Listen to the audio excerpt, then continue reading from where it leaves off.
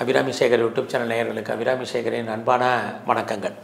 விருச்சிக ராசியில் பிறந்தவங்களுக்கு தமிழ் கார்த்திகை மாதம் எப்படி இருக்குங்கிறத பார்க்குறோம்.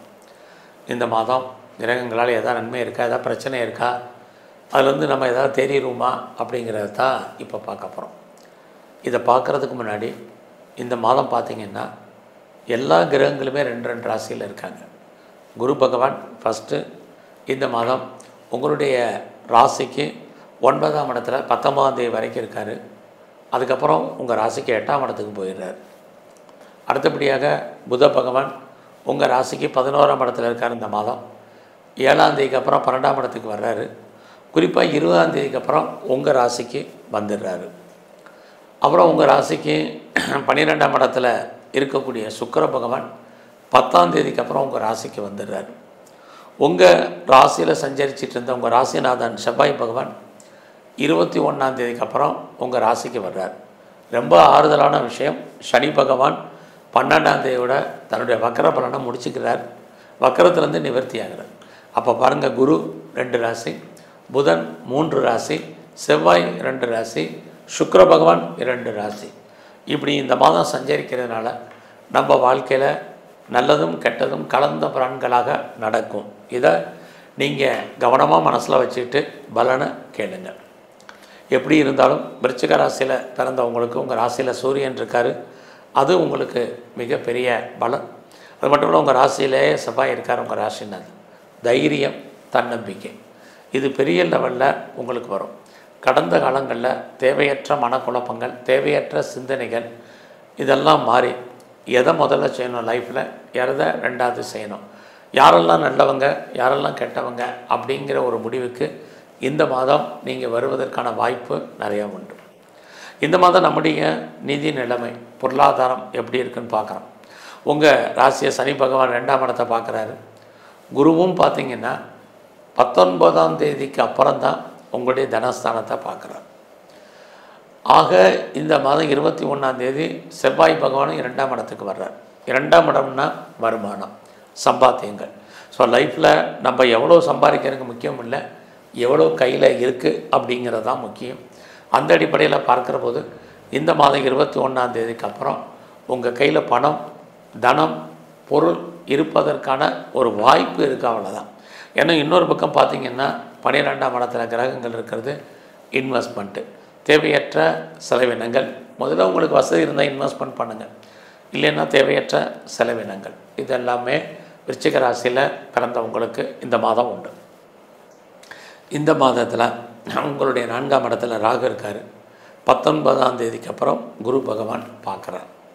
அப்போ நீங்கள் யாரெல்லாம் உற்பத்தி சார்ந்த துறையில் இருக்கிறீங்க, ப்ரொடக்ஷன் சைடில் இருக்கிறீங்க, குறிப்பாக மாஸ் ப்ரொடக்ஷன் சைடில் இருக்கிறவங்க, உங்களுக்கு உங்களுடைய உற்பத்தி தந்த சேல்ஸு ப்ராஃபிட் இருக்குது. அது இல்லாமல் நீங்கள் விவசாயத்தில் இருக்கீங்கன்னா விவசாயத்தால் இது வரைக்கும் லாபத்தை பார்க்காதவங்களுக்கு இந்த மாதம் லாபம் உண்டு. அதோட இந்த மாதத்தில் யாரெல்லாம் உங்களுடைய அம்மாவுடைய அன்பு ஆதரவை எதிர்பார்த்தீங்களோ கிடைப்பதற்கான வாய்ப்புகள் இது அத்தனையும் இந்த மாதம் இருக்குது. இது எல்லாவற்றுக்கும் மேலாக இந்த மாதம் 19ஆம் தேதிக்கு அப்புறம் யாரெல்லாம் அசைய சொத்துக்கள் வாங்கணும்னு ஆசைப்பட்டீங்க, வீடு, மனை, வண்டி, வாகனங்கள், வீட்டு உபயோகப் பொருட்கள் அல்லது வீடு கட்டுறதுக்கான வாய்ப்புகள் இது அத்தனையும் இந்த மாதம் உங்களுக்கு இருக்குது. குறிப்பாக நீங்கள் கடன் வாங்கி இதெல்லாம் வாங்குவதற்கான வாய்ப்பு நல்லா இருக்குது. இந்த மாதத்தில் நீங்கள் மெயினாக பார்க்க வேண்டியது உங்களுடைய ஹெல்த்து, அம்மாவுடைய உடல் ஆரோக்கியம். இது 2லேயும் இந்த மாதம் ரொம்ப ரொம்ப கவனம். பட் அதே சமயத்தில் உங்களுடைய 4ஆம் இடத்துல ராகு, 19ஆம் தேதிக்கு அப்புறம் குரு பகவானுடைய பார்வை உங்களுடைய 4ஆம் இடத்துக்கு இருக்கிறது. லைஃப்பில் எல்லாத்துலேயுமே உங்களுக்கு ஒரு அன்சாட்டிஸ்ஃபைடு என்பது இருக்கும். வீடு இருக்கும், வேலை இருக்கும், பிஸ்னஸ் இருக்கும், ஆனாலும் திருப்தியற்ற மனநிலை என்பது இருக்குது. ஆனால் அது மாதிரியான ஒரு மனநிலையை நீங்கள் மாற்றுங்க. இந்த மாதம் உங்களுடைய ராசிக்கு 5ஆம் இடத்துல சனி, 12ஆம் தேதிக்கு அப்புறமா அவரும் வக்கர நிவர்த்தி ஆயிரு. இது உங்களுக்கு லைஃப்பில் காதல் விஷயங்களை உருவாக்கும். நம்முடைய ஜாதி, மதம், இனம், மொழிக்கு அப்பாற்பட்ட தொடர்புகள் உண்டு. ஸோ உங்களுக்கு புதுசாக லவ் அஃபையர், லவ் சக்ஸஸ் ஆகும். அது மேரேஜில் முடிவதற்கான வாய்ப்பு இருக்குது. அது மட்டுமல்ல, பிரேக்கப் ஆன லவ் மறுபடியும் ரீயூனியன் ஆவதற்கான சூழ்நிலைகள் இது அத்தனையும் உங்களுக்கு இருக்குது. இந்த மாதம் 19ஆம் தேதி வரைக்கும் உங்களுடைய குழந்தைகள்லாம் நன்மை. அதுக்கப்புறம் உங்களுடைய குழந்தைகளால் உங்களுக்கு தேவையற்ற பிரச்சனைகள், போராட்டங்கள், மனக்குழப்பங்கள் இருக்குது. இந்த மாதம் பார்த்திங்கன்னா குடும்பத்தில் ஒரு புது வரவு வருவதற்கான வாய்ப்பு இதுவும் இந்த மாதம் உங்களுக்கு இருக்குது. இந்த மாதத்தில் வேலை வாய்ப்புகள் எப்படி இருக்குன்னு பார்க்குறோம். உங்களுடைய சர்வீஸ்க்குரியவர் தான் செவ்வாய். அவர் உங்கள் ராசியில் 10ஆம் தேதிக்கு அப்புறம் 20ஆம் தேதிக்கு 21ஆம் தேதிக்கு அப்புறம் 2ஆம் இடத்துக்கு வர்றார். அப்போ வேலையில் உங்களுக்கு இருக்குது. ஆனால் வேலையில் நீங்கள் எவ்வளோக்கு எஃபர்ட் எடுக்கணுமோ அதிகப்படியான எஃபெக்டை எடுத்தே ஆகணும் இந்த மாதம். ஏன்னா செவ்வாய் பகவான் 21ஆம் தேதி அவங்க 2ஆம் இடத்துக்கு வர்றார். அப்படி இருக்கிறது அவ்வளோ சிறப்பு இல்லை. இன்னொரு பக்கம் சனி பகவான் 5ல் இருக்கார். இது மாதிரி இருந்தாலே வேலை இருக்கும். ப்ரொமோஷனுக்கோ, இன்க்ரிமெண்ட்டுக்கோ, இன்சென்டிவ்க்கோ, போனஸ்க்கோ, அரியர்ஸ்க்கோ பாசிபிலிட்டிஸ் ரொம்ப கம்மி. வந்தால் உங்களுடைய தனிப்பட்ட ஜாதகம் நல்ல வேலை செய்யுதுன்னு அர்த்தம். வரலைனாலும் பெருசாக எதிர்பார்க்காதீங்க. ஹைக் வரல, ப்ரொமோஷன் வரல, அதெல்லாம் வேண்டாம். ஜாப் இருக்கான்னு பாருங்கள். ஏன்னா சனி பகவான் உங்களுடைய ராசிக்கு 5ஆம் இடத்துல இருக்கார். வக்கரமாக நிவர்த்தி ஆகிட்டார். அப்படி இருந்தாலும் வேலையை விட்டு உங்களை தூக்குறதுக்கோ வெளியேற்றுவதற்கோ வாய்ப்புகளையும் சந்தர்ப்பங்களையும் அவர் எதிர்பார்த்து காத்துட்ருக்காருன்னு அர்த்தம். சனி அப்படின்னாலே கரியரில் கவனம்.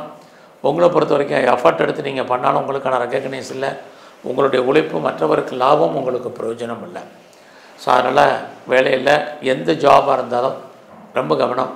எனக்கு சுப்பீரியர் கோஆப்ரேட் பண்ணலை, கொலீக் சப்போர்ட் பண்ணலை, சபார்டினேட் எனக்கு கோஆப்ரேட் பண்ணலை, இந்த கான்செப்டே வேண்டாம். நீங்கள் உங்கள் வேலையை ப்ராப்பராக பண்ணால் போதும். இது ரொம்ப முக்கியம். வேலையில் அசால்ட்டாக இருந்தீங்க, வேலை கைவிட்டு போவதற்கான வாய்ப்பு இருக்குது. நான் பெர்மனெண்ட் ஜாப் என்ன ஒன்றும் செய்ய முடியாதுன்னு நினைக்காதீங்க. கிரகங்கள் வலிமையானது, நல்லா அடக்கி வாசிங்க. இந்த மாதத்தில் யாருக்கெல்லாம் உங்களுக்கு பெரிய லெவலில் க்ரானிக் டிசீஸ் இருக்குது, தீர்க்க முடியாத நோய் இருக்குது, அல்லது நோயின் காரணமாக அதிகப்படியான மெடிசன் சாப்பிட வேண்டிய சுச்சுவேஷன் இருக்குங்கிறவங்களுக்கு நோய் குறையும். ஏதோ ஒரு விதத்தில் மருந்து மாத்திரை அளவுகள் குறையும். இந்த மாதம் எனக்கு பெருசாக லோன் இருக்குது, கடன் இருக்குது, இஎம்ஐ இருக்குங்கிறவங்களுக்கும் எதிர்பார்த்த விதமாக கடன் குறைவதற்கான வாய்ப்புகள் நிறையா இருக்குது. நான் பிஸ்னஸ் பண்ணிகிட்ருக்கேங்கிறவங்களுக்கு பிஸ்னஸ் பரவாயில்லாமல் இந்த மாதம் இருக்கும். அதுலேயும் இந்த மாதம் 10ஆம் தேதிக்கு அப்புறம் தான் உங்கள் பிஸ்னஸ் உங்களுக்கு கை கொடுக்கும். அது வரைக்கும் பிஸ்னஸில் இன்வெஸ்ட்மெண்ட் இருக்க வழியே பெருசாக ரிட்டர்ன்ஸ் உங்களுக்கு இல்லை. இந்த மாதம் உங்களுடைய மேரிட் லைஃப்பை பொறுத்த வரைக்கும் 10ஆம் தேதிக்கு அப்புறம் நல்லாயிருக்கும். யாருக்கெல்லாம் இது வரைக்கும் திருமணம் நடக்கலையோ இந்த மாதம் திருமணம் நடப்பதற்கான வாய்ப்பு, திருமணம் சம்மந்தப்பட்ட பேச்சுவார்த்தைகள் நிறையா இருக்குது. அதுலேயும் இந்த மாதம் 19ஆம் தேதிக்கு அப்புறம் உங்களுடைய 8ஆம் இடத்துக்கு குரு வரக்கூடிய இந்த காலங்களில் உங்களுக்கு தேவையற்ற செலவினங்கள் இருக்குது. எதிர்பாராத சுப காரியங்கள், சுப நிகழ்ச்சிகளுக்காக செலவு பண்ண வேண்டிய சுச்சுவேஷன் அத்தனையும் இருக்குது. எது எப்படி இருந்தாலும் உங்களுடைய 10ஆம் இடத்துல கேது பகவான் சுக்கிரனோடு இருக்கிறது அந்தஸ்து புகழ் கூடும். இந்த மாதம் ஃப்ரெண்ட்ஷிப்பை மெயின்டைன் பண்ணுங்கள், ரொம்ப முக்கியம். பெருசாக ஷேரில், ரேஸில், லாட்ரியில், ஆன்லைன் பிஸ்னஸ் வேண்டாம். ஸ்பெக்குலேஷன் விஷயத்தில் கவனமாக இருங்க. இந்த மாதத்தில் அரசியல் சார்ந்த துறையில் இருக்கிறவங்களுக்கு புகழ் அந்தஸ்து இருக்குது. கலைத்துறையில் இருக்கிறவங்களுக்கு நல்லதொரு ஏற்றம் இருக்குது. வருமானங்கள் சுமார். இந்த மாதம் முழுவதுமே நீங்கள் துர்க்கையை வழிபாடு பண்ணுங்கள். சித்தர்களுடைய ஜீவ சமாதி போயிட்டு வாங்க. வாய்ப்பு இருக்கிறவங்கெல்லாம் சிவன் கோயிலில் இருக்கக்கூடிய பிரம்மாவை கும்பிடுங்க. எல்லாவற்றுக்கும் மேலாக பெருமாள் ஸ்தலத்தில் இருக்கக்கூடிய நரசிம்மருடைய வழிபாடு உங்களுக்கு ரொம்ப முக்கியம். உங்களுக்கு வரக்கூடிய பிரச்சனையுடைய தன்மை குறையும். நன்றி, வணக்கம்.